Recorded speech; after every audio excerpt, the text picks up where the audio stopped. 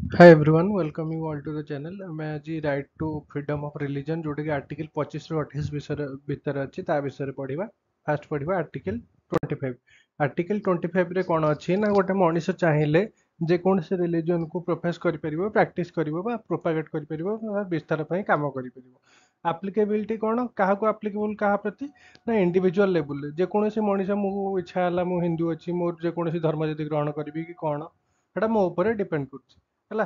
ଆଉ ମନେ ରଖିବ ସୁପ୍ରିମ କୋର୍ଟ ଗୋଟେ ଭର୍ଡିକ୍ଟ ଦେଇଥିଲା ଗୋଟେ ମାନେ ଶୁଣାଣି ହେଇଥିଲା ସୁପ୍ରିମ କୋର୍ଟରେ ଯୋଉଥିରେ କି ସୁପ୍ରିମ କୋର୍ଟ କହିଥିଲା ରାଇଟ୍ ଟୁ ପ୍ରୋପାଗେଟ୍ ଯୋଉମାନେ ପ୍ରଚାର ପ୍ରସାର ପାଇଁ ମୁଁ ମୋ ଧର୍ମର ମାନେ ଗୁଣଗାନ କଲି ସେଇଟା ଇନକ୍ଲୁଡ କରୁନି ସେଥିରେ ଆସୁନି କ'ଣ ରାଇଟ୍ ଟୁ କନଭର୍ଟ ମୁଁ କହିକି କନଭର୍ଟ କରେଇବି ଲୋକମାନଙ୍କୁ ମୁଁ ଯୋଉ ଧର୍ମ ଅନ୍ୟ ଧର୍ମରୁ କହିବି ମୋ ଧର୍ମକୁ ଆସ ବୁଝିପାରିଲ ନା ରାଇଟ୍ ଟୁ ପ୍ରୋପାଗେଟରେ ଆସୁନି ଆମର ରାଇଟ୍ ଟୁ କନଭର୍ଟ ହେଲା।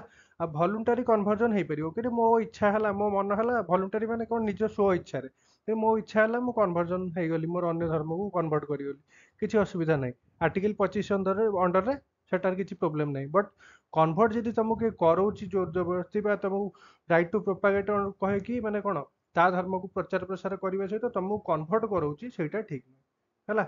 ତାପରେ laws can be made against forced conversion ଯଦି କିଏ କରୁଛି ମାନେ କହିଲି ଯୋଉଟା କି ବାଧ୍ୟ ବାଧକତାରେ ତମକୁ ଧର୍ମ ପରିବର୍ତ୍ତନ କରାଉଛି ସେଥିପାଇଁ ଷ୍ଟେଟ୍ ଚାହିଁଲେ ଲ ଆଣିପାରିବ ଯେମିତିକି ମଧ୍ୟପ୍ରଦେଶ ହେଲା ଓଡ଼ିଶା ହେଲା ରାଜସ୍ଥାନ ଛତିଶଗଡ଼ ହିମାଚଳ ପ୍ରଦେଶ ଗୁଜୁରାଟ ଆଉ ତାମିଲନାଡୁରେ ଏଥିପ୍ରତି ଲ ମଧ୍ୟ ଆସିସାରିଛି ହେଲା।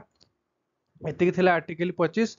ଆର୍ଟିକଲ 14ରୁ 24 ପ୍ରିଭିୟସ୍ ଭିଡ଼ିଓ ଗୁଡ଼ାରେ ପଢ଼ା ହେଇଛି ଯିଏ ଦେଖିନ ଯାଇକି ଦେଖିପାର ହେଲା। ଆଉ ତମ ସାଙ୍ଗମାନେ ଯିଏ ବି ଅଛନ୍ତି ନିଡି ଆସ୍ପିରାଣ୍ଟ ଅଛନ୍ତି ତମେ ଜାଣିଛ ତାଙ୍କୁ ସେମାନେ ଚାହୁଁଛନ୍ତି ଫ୍ରିଲି କେମିତି ପ୍ରିପେୟାର କରିବେ ମେଣ୍ଟରସିପ୍ ପାଇଁ ଗାଇଡାନ୍ସ ପାଇଁ କିମ୍ବା କଣ୍ଟେଣ୍ଟ ପାଇଁ ନୋଟ୍ସ ହିସାବରେ ସବୁ କିଛି ପାଇବାକୁ ତମେ ଏଇ ଚ୍ୟାନେଲକୁ ରେକମେଣ୍ଡ କର so that they can avail the benefits free of cost. Thanks for watching.